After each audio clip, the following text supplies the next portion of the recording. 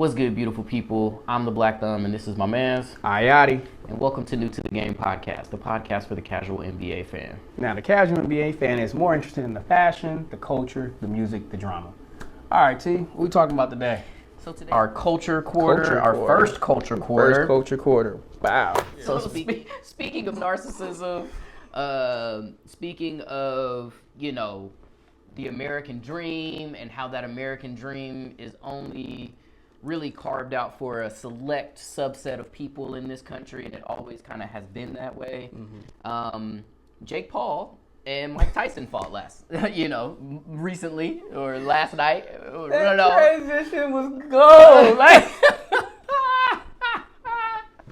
I don't know if y'all appreciated that little smooth slide in. I bet y'all didn't see that coming. Yeah, speaking of that, speaking of narcissism and the American dream for just a sliver of the population, Jake Paul and Mike Tyson fought in a boxing ring recently, and it was fine. It was fine. Were you able to watch the fight? And if so, what are your thoughts on the fight? And then also just kind of your general impressions around any other dynamics that might have been at play for you. Yes, I was after fighting this stupid traffic and stupid parking situation in Long Beach. I'm like, who are these fight parties for in these one-bedroom studio apartments in downtown Long Beach? Y'all having a fight party at this motherfucker? How many people you got in your little-ass apartment? Because all these fucking cars everywhere. I'm just trying to find a spot to go home. But yes, I finally got a spot to watch this damn fight and only watched the headline. Luckily, because I was driving around so much, it was just saving that spot for me. But yeah, it was very disappointing. It just reminded me why I don't watch boxing. And then this is just the worst of boxing. So I was like, oh my God. Like, yeah, he is 58 years old. Mike Tyson. He has lived 6 years past every other, black man of prominence that you can think of. From Prince to Michael Jackson. These motherfuckers all died before Mike Tyson died. That's fair. Because, Mike died at 52. Prince was 55 maybe? Something like that. I have no idea. So maybe he's beyond prime years for black celebrities. Yeah, he's playing with house money at this point. He's playing with house money. Him and Denzel Washington out here they living in uncharted territory. Him fucking, Especially to be in the limelight and the spotlight for the amount of time. Yeah, and who else? And Samuel L. Jackson. They just all out here. Yeah. They live in these uncharted territories. Most likely, you're supposed to just croak out at this point. So yeah, maybe he is really old and raggedy, but he still is Mike Tyson, heavyweight champion. I think I'm pretty fucking durable. I work in construction, electrician dude. I skate a lot. I got a pretty strong body. But I do not believe that I can do any rounds with Mike Tyson. Yeah.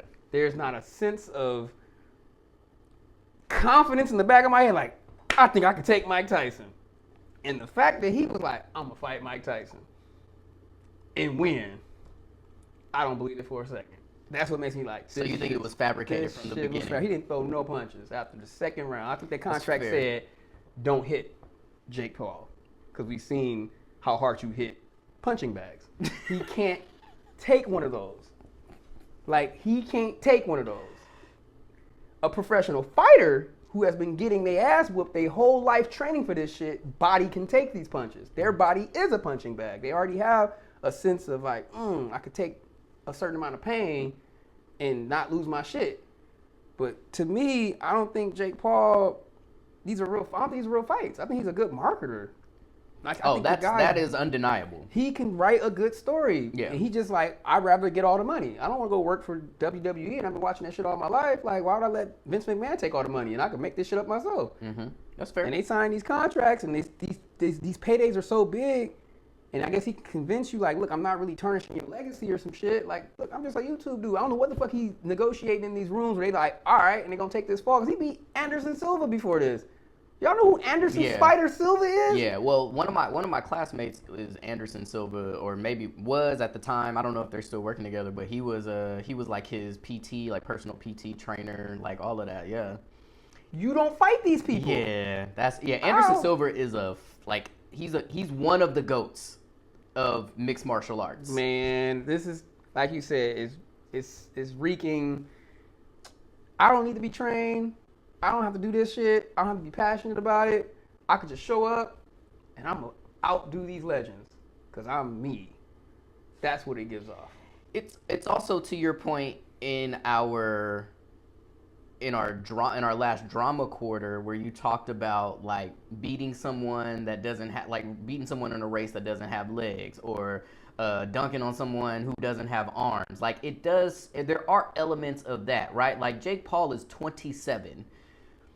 Mike Tyson is 58. 58. There is a 31-year gap in age. And for me personally, I think Mike came out in those first 2 rounds and was really trying to give the crowd a good show. But I think he also was like, because he's a first round, second round knockout kind of guy. True. I think he was trying to light his motherfucking ass up quickly.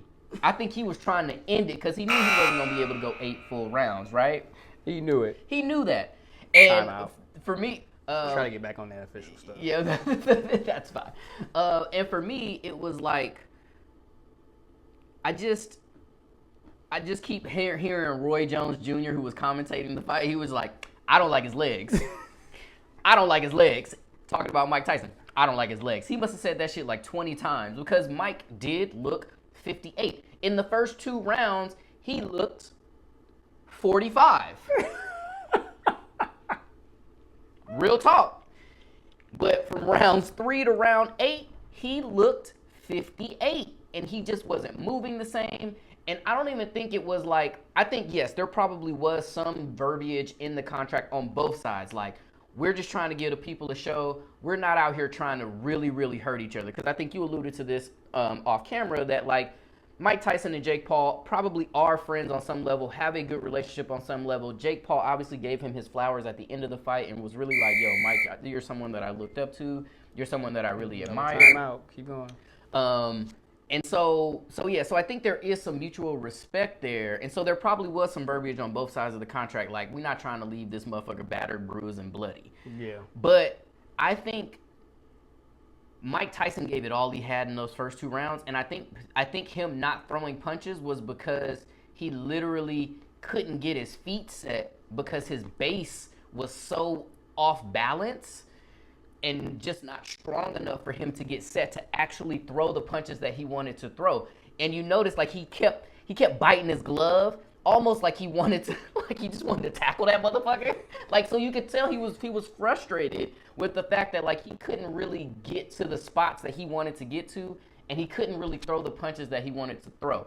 Now, with that being said, after talking to you about it, and you have much more context, this is the first Jake Paul fight that I've watched. Like, it does make sense that this could be and probably was a fabricated situation, which I think, again, speaks to, and this is where I go back and forth with Jake Paul, because I think there are some things that he and Logan are doing that are good in the sense that they are creating opportunities for women boxers, from like increasing purses and those types of things. They are creating opportunities for young and up-and-coming boxers in obscure markets like, globally. And so I think there is some good in that. But at the end of the fight, there was very much so like, okay, like this is some Trump-ass shit too. And I think this goes into what you were talking about as it relates to like just showing up. And yeah, maybe he's doing some training. We're not gonna say that he's not training at all, but he is putting his thumb on the scales so that he knows that when he steps in the ring, the outcome is already, for the most part, ironed out. How we get to that outcome may play out differently in each situation because there's the human element, circumstances, the energy in the room, all of those things. Things may change, but we know that when it's all said and done, Jake Paul is going to either win by knockout, multiple knockdowns, or by some type of unanimous decision where he won by the card, right? And so I think in that situation, I don't know, man. It just, I go back and forth because on one hand, I do agree that he's brought a lot of eyes to the sport of boxing. He's created some opportunities for younger people in the and communities that typically wouldn't get the shine that they deserve in that regard. But then on the completely other end of it, he's out here like, you know, he started with the military, which is like, okay, cool, yeah, we should thank our military, like we thank you for your service, especially with it just being Veterans Day. And then he was like, okay, healthcare workers, ER docs, nurses, okay, all right, I can get on board with that. Then motherfucker went immediately to cops, and then went to firefighters, and then went to farmers, and I'm like, oh, okay, like you're talking to a very specific set of people in this country, and then follow that up with like, oh, you know, things are on the up and up. We just, you know, we're back to truth. We're back to truth. We're back to what really got us here as a country. And it's like, okay, I can't help but connect the dots to our most recent election results. And so I think, for me, I'm torn on the Jake Paul shit. I think from a marketer, it's undeniable. You give him his respect as an entrepreneur, as a marketer. But I think he does fall into that class of like, if he's not narcissistic now, he is narcissistic adjacent, and he is aligning himself with those people that will probably further influence his ability in that regard. And I think it's only gonna get worse before it gets better in that regard. Yeah, because Mike Tyson had a legacy of 60 wins. It was 50 wins, 44 by knockout. But to get to those, and 20 of those, and half of those were in the first or second round of his fights. But he actually risked his own life getting there. Right. Those wasn't made up fights. Nope. Them wasn't. These are each professionally. One of them people could have knocked him the fuck out too. Yep. Jake Paul is now on a 10-1 record, and has never even put his body in danger. Right. Hasn't really had to lay it all out on the line. But he's creating his own story. Mm-hmm. I am this undefeated fighter that I am great at this, but you're not competing against nobody. Yeah. So is that a real story, or is it just like how when you are king or some shit, you just make up a story how you became king? Mm-hmm. Like, I fought 8 lions and defeated all these people. Instead of just telling people that you're the son of the fucking last king. Right. That's why you're the king. Yeah. But you got to make up this narrative of why you're so great. And I'm like, dude, you're making up a story. Like, but I guess people like it. Like, well, I think it's not even that people like it. I think there are people that do like it, and the people that do like it typically fall in. They probably skew more white supremacy. Let's just call a spade on that shit. The motherfuckers that like it skew white supremacy, and the folks that don't like it are skew the other way. Or just don't, or skew like non-arrogant, skew non-narcissistic, right? And so I think either way, you love to love them or you love to hate them. You're either way, you're tuning in. And that was literally, I think, the most watched boxing event, I think, in history. They crashed Netflix site for moments during the fight. Exactly. And so, again, you can't help but respect his business savvy, his entrepreneurial spirit and drive, his ambition. And I'm here for that, as, you know, folks that are, you know, trying to do entrepreneurial things. And so there is some inspiration in that. But I think, like, my thought is at what cost, and what does this power, wealth, fame, and influence, what does he do with it? How does he wield that? And I think that's where it gets a little murky for me, because I feel like on one hand he is doing some things, but on the other hand, I think that in the background, like what's happening out in the front, what is it covering up in the background? He's just building a bunker like the rest of the rich people. And so it'll be interesting. It'll be interesting to see. But yeah, Mike Tyson, I don't like his legs. I don't like his legs. They were genuinely concerned for Mike. So that's why I'm like, even if it was, I honestly wasn't. I didn't think he was going to get hurt at all. Even if it was fake, like they were. Roy Jones Jr. and Rosie Perez were concerned for Mike Tyson, bro. So I think there was an element of realness to it, but to your point, I think the outcome probably was predetermined on some level. I mean, to me, it's like the only thing I can compare it to is like, you remember the old separation between the baseball leagues? Like, and it was the Negro League, and it was like the regular league, and it was all these like world champions, and then shit. Nobody knew about like all these Negro players, and then they combined them. It was like, oh shit, this motherfucker ain't that good. Actually, he had more home runs than him. He had more. Yeah, we're moving back to the point where like it's entertainment. It's not a reflection of reality. It's just entertainment. Right. And I think that's what sports is now. Not to say that professional leagues are rigged. I know you feel differently, especially about the NBA.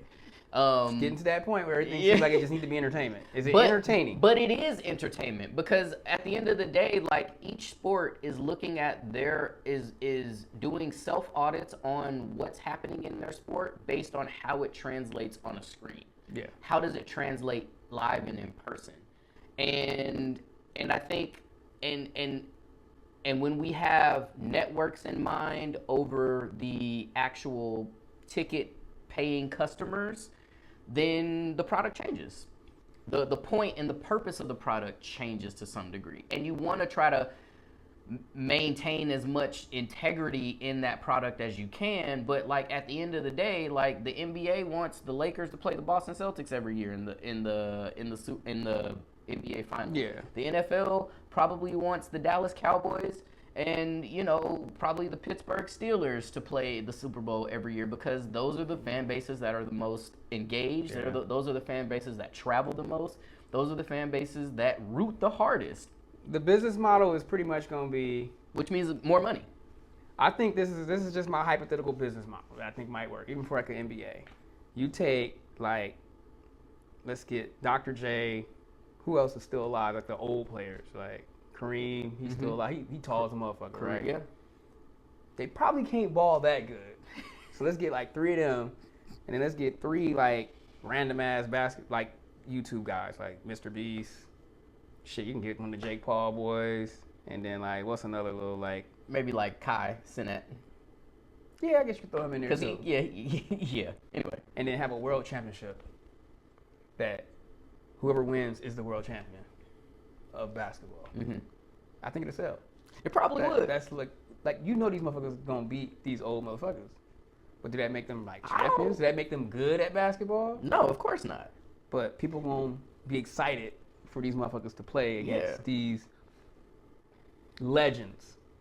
These legends earn their legendary status, but these motherfuckers are just regular motherfuckers on the street. It's gonna be like some 24-hour fitness people. But if they win, they get some type of belt or some shit.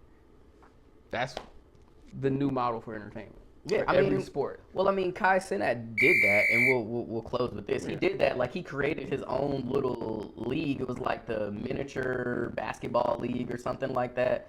And they had a draft and everything, and it was basically him and a bunch of like 8 to 12-year-olds. Yeah. And they played like a tournament over the course of a couple of days, and he won the championship, and he was the MVP. But it was just like, and it was purely for entertainment. You know what I mean? You gotta like find your audience that can identify with that. Right. Like, oh, I won. Like they gotta win with you. Yeah. And that's where I'm like, okay, that's the model that he's using. Yeah. Like there's a lot of folks that identify with Jake Paul. Right. And that's my point. Yeah. And I'm like, as long as you just roll that formula out, Yeah. you're gonna be fine. And that's where you can't be, and that's, I think for me, that's where I can't be mad at Jake Paul. Like, Jake Paul saw an opportunity, he saw a void, he filled it, he's filling it, and he is Not ruffling any feathers while he's doing it. Or not, I wouldn't even say he's not ruffling any feathers. He's not ruffling any feathers of the people that will allow him to continue to do what he's doing. That will keep watching what he's doing. Because I'm probably not watching no more. Correct. Because, like, again, like, he is another voice in this most recent movement within our country, and not even recent, in this old traditional movement that is rearing up again. Like, he's another voice for that cause, and he represent. I mean, like, even like I get that, like, all of the tattoos that he has and all that stuff, like, it doesn't, like, you know, they're probably on some level innocuous, but like, to me, it gives me like neo-Nazi vibe. Like, I'm just being honest about it. Like, it just, and I'm not saying in any way that that's who he is, what he believes. I don't know, but that is just like my visceral kind of response or reaction, and maybe that says something. Maybe that says more about me than it does about him. But I think he's just playing to an audience. But I'm he saying, just know what sells. He don't even fuck with the group. He just like. But to me, it shows how easily the group can be just exploited. But I'm saying, but I think like he also visually, aesthetically, he looks. Well, he already look like that. He looks very. He's very Aryan Nation already, right? Like, let's just call a spade on that shit. And I'm not saying, again, I'm not saying that he is. I'm not saying that that's what he believes. Like, I don't know. But what I am saying is that if you fall in that category and you see someone that looks like you, that kind of meets the aesthetic and kind of fits the mold of what you believe, even if that's not what he believes, you see you in him. You're gonna chime in. You're more apt to say, put your dollars towards that's my dog. I'm riding with him. I'm rocking with him until they prove you wrong. Now if Jake Paul come out here and is talking about, like trans rights and, free black people and why are we criminalizing this and da da da da da. Wait a minute now. If he stepped left, then that changes things. Yeah. Right? But until he does that, I think it resonates with a subset of the population that leans white supremacist. And he gonna cash grab it. I think he is cash grabbing 100%. all of the money. 100%. I'm gonna take. I don't even know what he sprayed on himself at the end of the fight. He sprayed something. It doesn't matter. I'm gonna go find it. Because you're thinking that, and you don't give a fuck about Jake Paul. So the motherfuckers that really care about Jake Paul, they immediately went to the internet to be like, that spray. what is Logan Paul spraying on him? What is Jake Paul spraying? And I'm sure it's like their version of Axe body spray or some shit. You know what I'm saying? It's like some bullshit like that, right? It's their perfume. Their perfume. Paris. But like, he about to cash in. But he about to cash in, and in that regard, you can't be mad at him. But I just wish I wish that that it felt different, that it hit different for people like you and myself. Yeah. But it is. But that's America, Yeah. All right. Cool. Moving on. Moving on. So that is our episode for today. Make sure you go out and like, subscribe, share, comment, interact with us. Let us know how you feel about the content of today's episode. Also, let us know if you are interested in any of the plant things that we discussed today. Just let us know what's good. And with that being said, Ayati, stay casual.